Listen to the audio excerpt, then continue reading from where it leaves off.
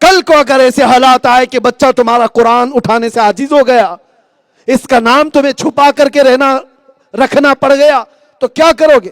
آپ کو پتا ہے رشیا کی کچھ ایسی کنٹریز ہیں 80 سال تک وہاں کے مسلمان ایسے جیتے رہے کہ ان کو علل اعلان نماز پڑھنے کی اجازت نہیں تھی, قرآن پڑھنے کی اجازت نہیں تھی, قرآن دیکھا نہیں تھا, لیکن کچھ جیالے مسلمان تھے جو قرآن کے حافظ تھے, بغیر دیکھے انہوں نے اپنے بچوں کو حفظ کرایا بھی تھا, قرآن کی تعلیم منتقل کرتے رہے. ایسے حالات تمہارے مقابل آنے کی تیاری میں ہیں, اس لیے میرے عزیزو اٹھو, وہ گر نہ حشر نہ ہوگا پھر کبھی, دوڑو کہ زمانہ چال اپنی چل گیا, قوت عشق سے ہر پست کو بالا کر دو, دہر میں نام محمد سے اجالا کر دو. جب جب میرے مصطفیٰ کریم صلی اللہ تعالی علیہ وسلم کی بات آئے گی, پوری قوت کے ساتھ, پورے اپنے ہمت کے ساتھ حضور کی محبت کا اعلان کرو. یہی ہماری زندگی کا باعث ہے. دنیا بار بار یہ ٹیمپریچر چیک کر رہی ہے. آپ نے کبھی سوچا کہ ایسی بھی سچویشن آ سکتی ہے کہ کوئی آئی لو محمد کہے تو اسے گرفتار کیا جائے گا؟ ایسی سچویشن آ سکتی ہے. بھلا اس میں جرم کیا ہے؟ بھلا اس میں قصور کیا ہے؟ کسی کو مارا, کسی کو اکسایا, کہا کیا کسی کے لیے کہا کہ آئی ہیٹ یو؟ کچھ نہیں. لیکن اس بات پر یہ جتنا بوال کیا گیا, یہ مت سمجھنا کہ یہ صرف اور صرف بوال تھا, یہ سوئے ہوئے شیروں کا بخار ٹیمپریچر ناپنا تھا کہ کتنے ابھی زندہ ہیں, کتنے مرے ہوئے ہیں. اور جب جب ایسی باتیں آتی ہیں, جیالے نوجوان کھڑے ہوتے ہیں اور ہر جگہ سے جب یہ اعلان کرتے ہیں تو دنیا کے کتے سمجھتے ہیں کہ ابھی شیر زندہ ہے. اسی لیے اپنی زندگی کا اظہار اسی بات سے کرتے رہنا. اور دوسری بات, تم جتنا بچھڑتے جاؤ گے اتنا تم پر یہ مسلط ہوتی چلی جائے گی برائیاں. بچھڑنا کس بات سے؟ جو رسول امی صلی اللہ تعالی علیہ وسلم انقلاب علم لے کر کے آئے تھے, آج اگر تم علم سے دور ہوتے رہو گے تو ظاہر سی بات ہے تمہیں جوتیوں کی نوک پر لوگ اچھالتے گھومتے رہیں گے. آج تمہارے ساتھ جو معاملات ہیں اس کی ایک وجہ یہ بھی ہے, ہمارے نوجوانوں کا ایک اکثر طبقہ کیوں پڑھائی نہیں کرتا. حیرت ہوتی, کیوں نہیں پڑھائی کرتا, یا آگے تک کی تعلیم پر جاتے کیوں نہیں ہیں. اور اب دیکھو تمہارے لیے اور راستے بند کیے جانے کے یہ سارے اسباب پیدا کیے جائیں. تو ہم ڈاکٹر نہیں بن سکتے, انجینئر نہیں بن سکتے, IAS IPS نہیں بن سکتے. کیوں نہیں بن سکتے؟ تم نے خود اپنے آپ میں یہ محسوس کر لیا اور بہت سارے دشمنوں نے ایک حلہ شروع کر دیا. اب اگر تمہاری جماعت کی جماعت پڑھنا شروع کرے تو دیکھنا یہ واویلا مچائیں گے. IAS جہاد بھی کر رہے ہیں, IPS جہاد بھی کر رہے ہیں, ڈاکٹر جہاد بھی کر رہے ہیں, انجینئر جہاد, ہر چیز کو یہ جہاد لگا لگا کر کے تمہیں نروس کرنا چاہیں گے. اس سے کچھ فرق نہیں پڑتا, اس سے کچھ فرق نہیں پڑتا. میرے عزیزو, ان کو پتہ ہی نہیں ہے وہ جہاد کیا ہے. ہم جہاد کے سلسلے میں کبھی یہاں اعلان بھی نہیں کرتے. اس کے شرائط ہیں, اس کے بہت سارے آداب ہیں, اس کے بہت سارے احکامات ہیں. ہر چیز کو اگر تم اس سے فٹ کر کے بات کرنے لگ جاؤ گے اور قوم مسلم کو نشانہ بنانے لگ جاؤ گے تو پھر میں یہ کہتا ہوں حضور, یہ آپ نہیں دیکھ رہے لو جہاد, یہ کہاں سے آ گئے لفظ؟ محبت کے ساتھ جہاد. ہر چیز کو جوڑ کر کے یہ کیوں کیا جا رہا ہے؟ تاکہ قوم مسلم یہ ڈرنے لگ جائے, ڈرنے لگ جائے, ڈرنے لگ جائے, اور تم ان تمام میدانوں سے بھاگ جاؤ, تمام میدانوں سے بھاگ جاؤ. علم کے میدان سے بھی, اب تو تجارت کے میدانوں میں بھی کہا جانے لگا. منڈیوں میں یہ سب کے سب مسلمان جماعت کے جماعت حاوی ہیں, اور یہ بھی ان کا بزنس جہاد ہے, ہر چیز کا جہاد. اگر کوئی اس طرح کے بلیم کرتا ہے تو تمہیں حقیقت چھوڑ کر کے نہیں ہٹنا چاہیے. کیا اگر کوئی تمہیں دوسری مخلوق کہے تو تم اس کی بات کا یقین کر لو گے؟ آج میڈیا والے کیا کر رہے ہیں آپ کو پتا ہے؟ مائنڈ سیٹ ہے یہ پوری طرح سے. ان کی مثال میں ایک چھوٹے سے لطیفے میں کہتا ہوں. ایک صاحب بیچارہ بکرا خرید کر کے لایا منڈی سے. 3 ٹھگ کھڑے تھے اور سب نے فیصلہ کر لیا تھا کہ اس کا بکرا لوٹنا ہے. اس کا بکرا لوٹنا ہے. لوٹنے کا طریقہ کیا ہے؟ یہ ہمارے حالات سے ملتی جلتی بات ہے، اس لیے عرض کر رہا ہوں. بکرا لے کر کے بیچارہ سیدھا سادہ بھولا آدمی آ رہا ہے. پہلا ٹھگی تھا، اس نے دیکھا اور کہا صاحب کتا تو بہت اچھا لائے ہو آپ. اس نے کہا غصے میں کہ کیا بکواس کر رہا ہے، بکرا ہے یہ، کتا کیسے کہا تم نے؟ وہ ٹھگی نے کہا صاحب آپ کو دکھ نہیں رہا ہے یہ کتا تو ہے، اس کے کان دیکھو، اس کا چہرہ دیکھو، کتا ہی تو ہے. لڑ پڑا اس سے بکرے والا، کہا ماروں گا ابھی تجھے، میں نے بکرا خریدا اور تو کتا کہتا ہے. تھوڑی بہت لڑائی ہوئی، تھوڑی بہت گرمی. تھوڑی دیر کے بعد آگے بڑھا، بیچ راستے میں دوسرا کھڑا تھا. دوسرے نے سلام کلام کے بعد کہا کتا تو بہت اچھا لائے ہو آپ. اس نے کہا، پہلے والے نے بھی کہا بھی دوسرا بھی وہی بات. دوسرا کہہ رہا ہے، اس سے بھی تھوڑی بہت نوک جھونک ہوئی. کہا کیسے کہہ رہے ہو کتا؟ دوسرے نے سمجھایا آپ کو دکھ نہیں رہا ہے یہ کتا ہے، اس کی دم پکڑو، اس کے پیر پکڑو، دیکھو تو کتا ہے. اس کے دل میں یہ شک ہونے لگا کہیں مجھے غلط فہمی تو نہیں ہو رہی. ایک آدمی بولا، دوسرا بھی بولنے لگا. پھر وہ جس طرح بھی اپنے دل کو منع کر کے نکل پڑا، گھر قریب تھا. تیسرا تھا جو آخری، وہ کہا کہ صاحب کتا تو بہت اچھا ہے آپ کا. یہ آدمی ڈر گیا کہ میری آنکھوں کو کچھ ہو گیا ہے. پہلا بھی بولا، دوسرا بھی وہی بولا، تیسرا بھی وہی بول رہا ہے. غلطی میری ہے، میری آنکھوں میں یہ بکرا دکھ رہا ہے لیکن یہ حقیقت میں کتا ہے. اس نے چھوڑ دیا، لے جاؤ صاحب یہ کتا لے جاؤ، مجھے کتا نہیں چاہیے. تینوں ٹھگیوں نے اپنے منصوبے کے مطابق اس کا بکرا چھین لیا. یہی کام آج میڈیا تمہارے ساتھ کرے گی. بار بار تمہیں ایک برے لقب سے جوڑا جائے گا، اور حد یہ ہوگی کہ یہ بھولا مسلمان آخر میں سوچنے لگ جائے گا اتنے سارے لوگ بول رہے ہیں کہ حقیقت تو ایسا نہیں ہے. کتوں کے بھونکنے سے کبھی شیر کو گھاس نہیں کھانا چاہیے. نہیں، اپنی تمام حقیقت سے کبھی بھی دستبردار نہیں ہونا. امت مصطفیٰ صلی اللہ تعالی علیہ وسلم کو دنیا جس نام سے بھی تانا دے، ان کے سرٹیفکیٹ کی ضرورت نہیں. کبھی تمہاری داڑھی پر تانا، کبھی تمہاری ٹوپی پر، کبھی تمہارے لباس پر. تم ان کے تانوں سے تنگ آ کر کے اپنے آپ کو نہ بدلنا. یہ دیکھنا کہ یہ قبر میں آنے والے نہیں ہیں، آمینہ کا لال قبر میں آنے والا ہے. مجھ سے ان کا رشتہ ہے ہی کیا جو مجھے تان و تشنیع کر رہے. اخیر میں اب خطاب کی اختتام پر ایک جملہ میں آپ سے سوال کرتا ہوں، توجہ سے دل پر ہاتھ رکھ کر کے کہنا، دنیا اگر تم سے سوال کرے کیا تو محمد عربی کا کتا ہے، تو جواب دینے میں کسی کو شرم و حیا ہے؟ کسی کو شرم و حیا ہے؟ بھائی میں بھی فخر سے کہتا ہوں، ہم تو یہ کہتے ہیں سگے طیبہ سب مجھے کہہ کہہ کے پکارے بے دم، یہی رکھیو میری پہچان مدینے والے. اگر دنیا ہمیں اس نام سے بھی پکارے تو کبھی شرم و حیا کی بات نہیں. ارے ہم فخر سے اچھلیں گے کودیں گے کہ ہم تو جی ہی اس لیے رہے تھے کہ دنیا ہمیں پہچانے تو محمد عربی کے نام سے پہچانے. آپ کو اگر دنیا پہچان رہی ہے اس نام سے تو شرم و حیا کی بات نہیں. فخر کے ساتھ جیو کہ دنیا مجھے چوروں کے قبیلے سے تو نہیں پہچانتی، دنیا مجھے نشے والوں سے تو نہیں پہچانتی، دنیا مجھے محمد عربی کے غلام سے پہچان رہی ہے تو یہ میری قسمت کی بات ہے. اسی لیے حضرت عمر ابن خطاب نے کیا کہا تھا پتہ ہے؟ جب آپ کو امیر المومنین کہا سب سے پہلے تو آپ کی آنکھوں میں آنسو آ گئے. آپ نے لوگوں سے کہا میں اپنی حقیقت بتاتا ہوں، میں خطاب کا بیٹا عمر، بچپن میں مجھ سے 2 بکریاں نہیں سنبھالی جاتی تھی، لیکن آج 36 لاکھ اسکوائر کلومیٹر پر تنہا عمر ابن خطاب کی حکومت ہے.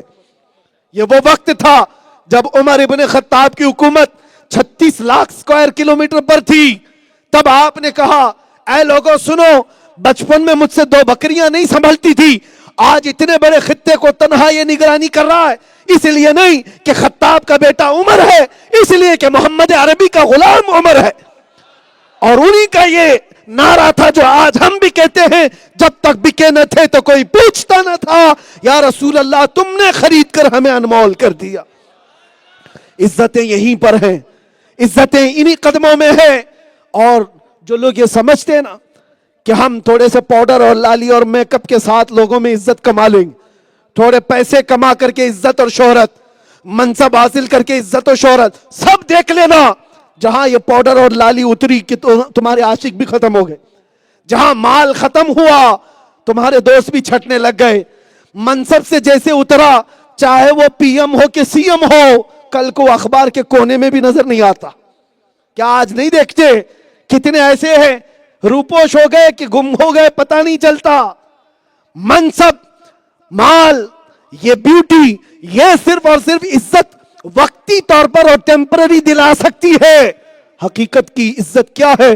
ارے میاں میرے آقا کی غلامی میں جو جتنا بوڑھا ہوتا ہے عزت بڑھتی چلی جاتی، اس کے چہرے پر جھریاں ہی کیوں نہ ہو، بال سفید ہی کیوں نہ ہو، لیکن وہ بوڑھا ہوتا ہے تو ایسا نہیں ہے کہ دنیا اس سے جھٹتی جاتی ہے۔ جو عشق مصطفیٰ سے ہو کر آئی ہوئی نسبت ہے وہ عزت اتنی بلند ہوتی ہے کہ مرنے کے بعد بھی عزت قائم رہتی ہے، مرنے کے بعد بھی۔ اسی لیے ادھر ادھر کی کیوں دیکھ رہے ہو؟ اس کے پاس نوکری چاکری، 40 سال لوگ جو پارٹیوں کی غلامی کرتے رہے بیچارے، آج ان کے حالات کیا ہیں؟ ان کو پارٹی کے لوگ بوڑھا سمجھ کر کے سائیڈ کر چکے ہیں، ان کو اب خیریت پوچھنے والا بھی کوئی نہیں، ان کے حالات ایسے آ گئے۔ اسی لیے ہم کہتے ہیں کہ یا رسول اللہ تیرے در سے جو یار پھرتا ہے در بدر یوں ہی خار پھرتا۔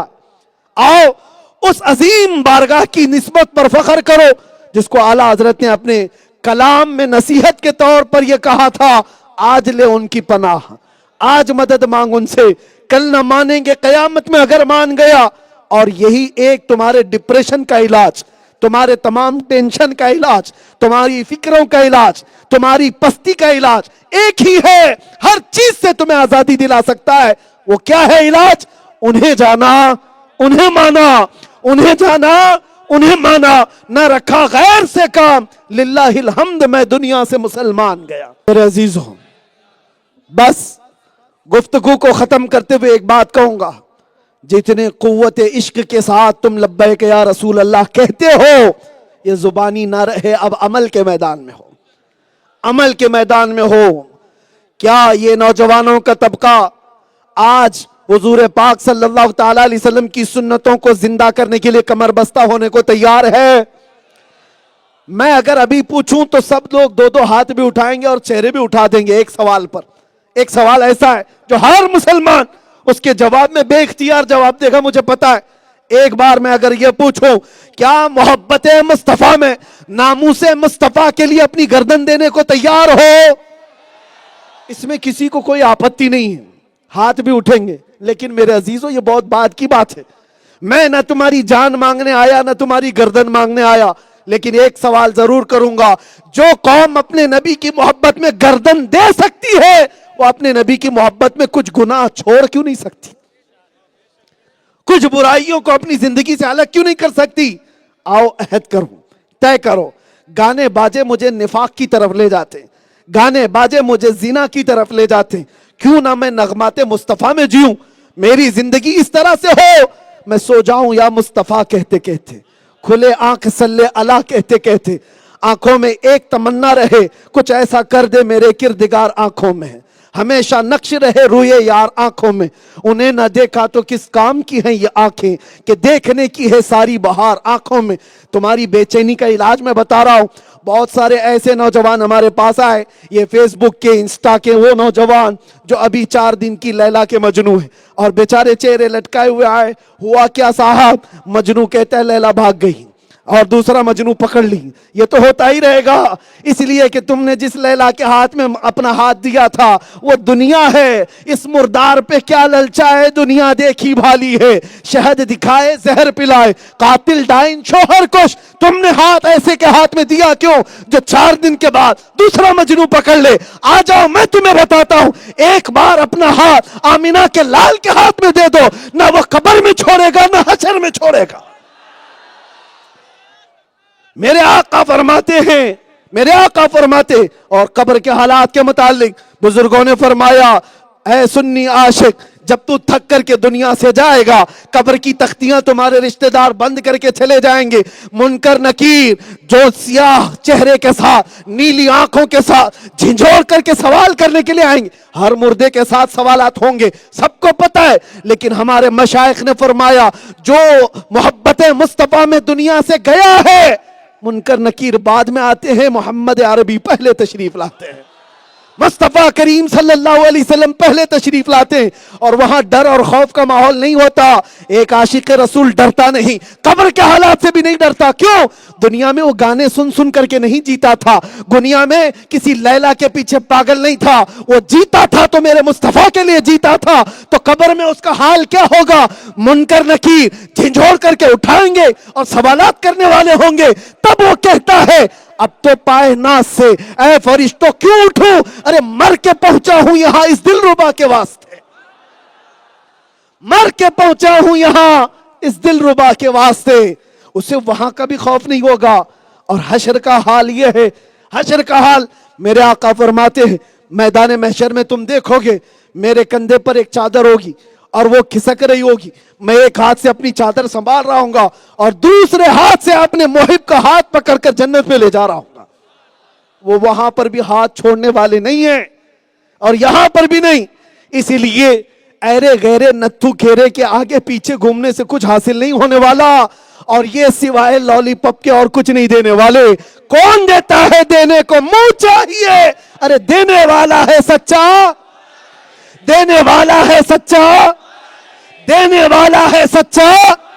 لبیک یا رسول اللہ، لبیک یا رسول اللہ، لبیک یا رسول اللہ۔